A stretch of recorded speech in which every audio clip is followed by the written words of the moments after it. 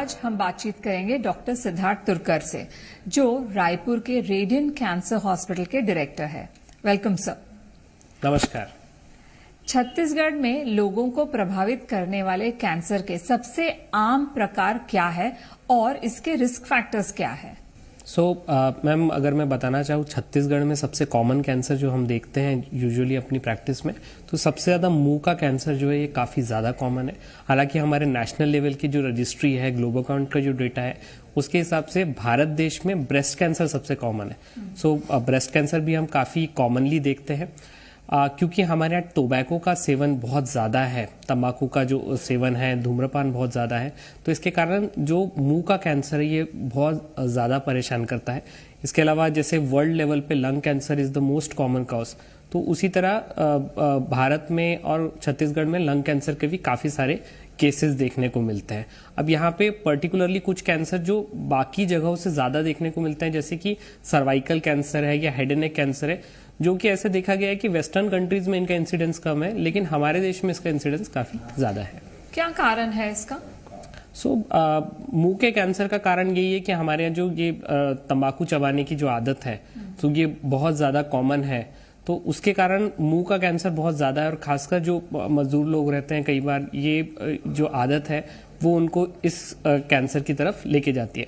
अब cervical cancer की जब आप बात करते हैं तो बहुत लोगों को ये चीज़ पता ही होगी कि ह्यूमन पैपिलोमा वायरस के क्रोनिक इन्फेक्शन के कारण ये बीमारी जो है ये होती है। और ऐसा देखा गया है कि पुअर सोशो इकोनॉमिक कंडीशंस या फिर अनहाइजीनिक कंडीशंस में इस कैंसर के इंसिडेंस को ज्यादा देखा गया है। इसलिए वेस्टर्न कंट्रीज में इसका जो ओवरऑल इंसिडेंस है सर्वाइकल कैंसर का वो बहुत कम है। वहीं हमारे इंडिया का ये बहुत पर्टिकुलर प्रॉब्लम है। अगर हम देखें तो महिलाओं में जो सबसे सेकंड कॉमनेस्ट कैंसर है वो सर्वाइकल कैंसर है, और साथ ही में जो सबसे बड़ा डेथ का कारक है महिलाओं में कैंसर के कारण, उसमें सर्वाइकल कैंसर आता है। ओके, तो अगर प्रारंभिक पहचान और जांच से कैंसर के उपचार के परिणामों में कैसे सुधार हो सकता है? देखिए मैम, जो मैंने आपको कैंसर बताया, मुंह का कैंसर या ब्रेस्ट कैंसर या सर्वाइकल कैंसर, अगर ये सोचेंगे तो सारी चीजें जो हैं ये सरफेस मैलिग्नेंसी है।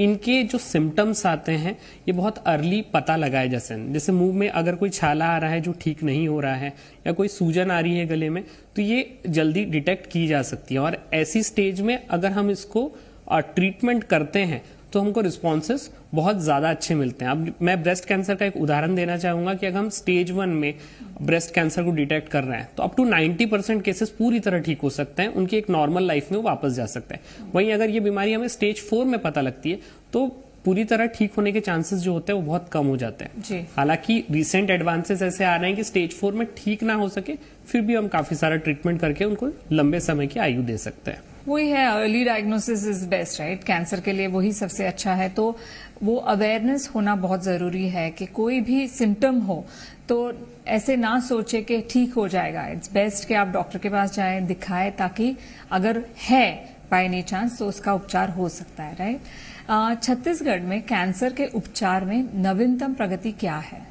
मैम, जो ओवरऑल कैंसर का अभी अगर आप फील्ड देखेंगे तो वर्ल्ड लेवल पे बहुत सारा रिसर्च चल रहा है और इस बीमारी को माना जा रहा है कि ये इसका इंसिडेंस जो है ये बढ़ने वाला है। साथ ही में अगर हम भारत की बात करें तो भारत में पहले इन्फेक्शंस काफी कॉमन थे, लेकिन ये जो क्रोनिक डिसीजेस हैं जिसमें मोटापा है, ये सारी चीजें भी विथ हमारी जो लाइफस्टाइल बदल गई है, हम प्रोसेस्ड फूड खा रहे हैं, उसके कारण ये सारी चीजें भी हो रही हैं। अब क्रोनिक डिसीजेस में आप कैंसर को भी मान सकते हैं, क्योंकि ओबेसिटी, जो मोटापा है, वो भी कैंसर का एक बहुत बड़ा कारण है। अब इसके ऊपर जो रिसर्च हो रहे हैं उसमें हर साल कुछ नए मॉलिक्यूल्स आ रहे हैं, नए प्रकार के रेजिमेंट्स टेस्ट किए जा रहे हैं।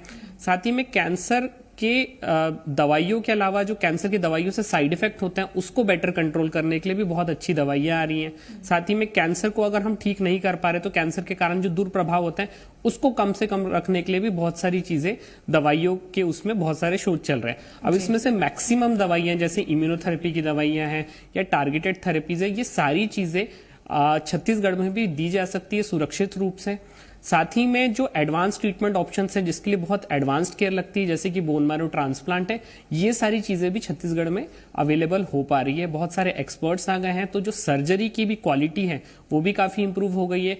जैसे सर्जरी में लैप्रोस्कोपिक सर्जरी को मिनिमल इन्वेसिव माना जाता था आज से 10 साल पहले, आज की डेट में रोबोटिक सर्जरी आ चुका है और बहुत सारे हॉस्पिटल्स में रोबोटिक सर्जरी की फैसिलिटी भी अवेलेबल है। तो अगर कहा जाए तो वर्ल्ड लेवल पे जिस प्रकार का ट्रीटमेंट हो सकता है उस प्रकार का ट्रीटमेंट आज की डेट में छत्तीसगढ़ में भी हो सकता है। जी, आपने 2-3 मेंशन किए, जैसे रोबोटिक सर्जरी हो या लैप्रोस्कोपिक सर्जरी हो या कीमोथेरेपी। तो अगर हम कैंसर ले तो क्या क्या अलग अलग ट्रीटमेंट्स अब पेशेंट कैन अंडरगो, क्या क्या अवेलेबल है? देखिए मैम, अगर इसको समझे तो कैंसर का जनरली अर्ली स्टेज जो होता है, खासकर मैं सॉलिड मैलिग्नेंसी की बात करूं, जो मुंह का कैंसर या ब्रेस्ट कैंसर जो सबसे कॉमन है, तो इसमें जो अर्ली स्टेज होता है, जब डिसीज बहुत छोटा होता है और उसका कहीं स्प्रेड नहीं होता, तो ऐसे में सर्जरी बेस्ट मॉडलिटी होती है। सर्जरी में इंप्रूवमेंट ये आया है कि हम सर्जरी अब मिनिमल से मिनिमल कर रहे हैं ताकि कम से कम डिसफिगरमेंट रहे। तो वो सर्जरी का पार्ट हो गया। अगर डिसीज जो है एक मोटे तौर पे अगर अपनी जगह छोड़ के वो थोड़े आजू बाजू के एरियाज को भी इन्वॉल्व कर रहा है, तो ऐसे केसेस में सर्जरी के बाद हम कीमोथेरेपी या रेडियोथेरेपी को भी देना होता है ताकि बीमारी के वापस आने के चांसेस जो है वो कम से कम रह सके। अब जिन केसेस में डिसीज बहुत एडवांस स्टेज में होती है या उनमें सर्टेन फीचर्स होते हैं जिसके कारण उनमें डिसीज के वापस आने की टेंडेंसी बहुत ज्यादा होती है, तो ऐसे केसेस में हम लोग कई बार जो ये एडवांस ट्रीटमेंट मेडिकेशंस हैं, जैसे कि इम्यूनोथेरेपी है या टारगेटेड थेरेपी है, उसको भी यूज करते हैं। अब जैसे मैं ब्रेस्ट कैंसर का एग्जांपल दूं तो उसमें HER2 पॉजिटिव डिसीज में बहुत ज्यादा अच्छे रिस्पॉन्स देखे गए हैं ट्रास्टुजुमैब नामक ड्रग से, जो कि एक टारगेटेड ड्रग है।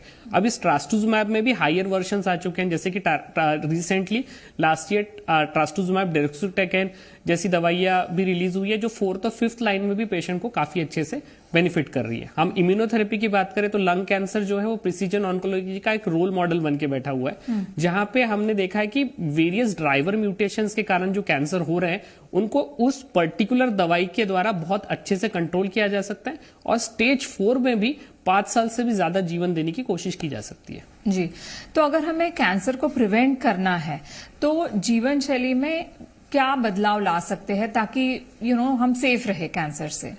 जी देखिए, कभी भी हम कैंसर के रिस्क फैक्टर्स की बात करते हैं तो इसमें मेरे एक सीनियर ने बहुत सिंप्लीफाई करके बताया था कि जैसे लक है, लाइफस्टाइल है और लीगेसी है ना। तो लीगेसी मतलब आनुवंशिकता या इनहेरिटेड रूप में जो बीमारियां हो रही है, तो इसको तो आप जेनेटिक मेकअप में खुद को कोई चेंज नहीं कर सकता है।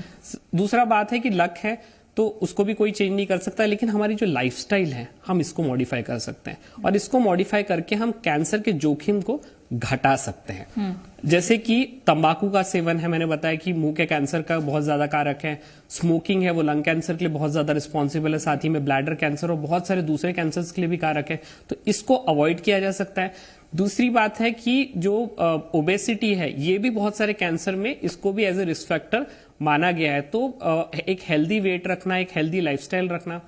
चौथा जो मैंने आपको बताया कि जो प्रोसेस्ड फूड है उसमें जो प्रिजर्वेटिव्स यूज हो रहे हैं, क्योंकि ये सारी चीजें भी बहुत ज्यादा सेफ नहीं है बॉडी के लिए। सो जितना हो सके आप नैसर्गिक खाएं, अपने बॉडी का ध्यान रखें, एक्सरसाइज करें। सो ये सारी चीजें आपको कैंसर से बचा सकती है। जी, और अगर कैंसर हो जाए तो क्या, जैसे अभी हम बहुत सारे रील्स देखते हैं, सोशल मीडिया पे देखते हैं कि इंटरमिटेंट फास्टिंग या वाटर फास्टिंग एक लंबे टाइम तक अगर हम करें तो वो रिवर्स हो सकता है। Is it true? No ma'am, ये इसके लिए कोई प्रॉपर स्टडी या डेटा अवेलेबल नहीं है।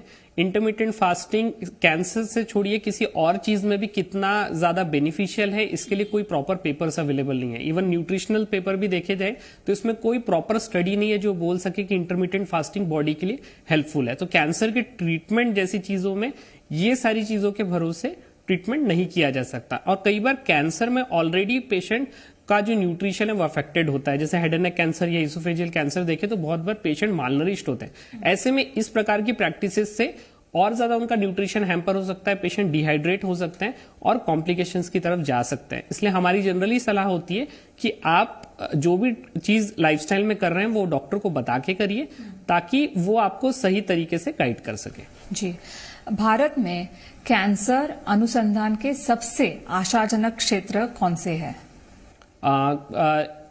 भारत में मतलब भारत में सही या पूरे विश्व में ही आप ले लीजिए कि जो सबसे बड़ा डेवलपमेंट हो रहा है वो कैंसर रिलेटेड मेडिसिन जो हैं, है ना, पहले हम कैंसर में जो मेडिसिन देते थे जिसको हम कीमोथेरेपी मोटे तौर पे बोलते हैं, वो साइटोटॉक्सिक ड्रग्स थी। अब मैंने जैसे बताया कि टारगेटेड ड्रग्स आ गई, जो प्रॉपर ड्राइवर म्यूटेशन में कैंसर को हम मैप करते हैं कि उसमें कौन सी जेनेटिक एब्नॉर्मलिटी है और उसको हिट करते हैं।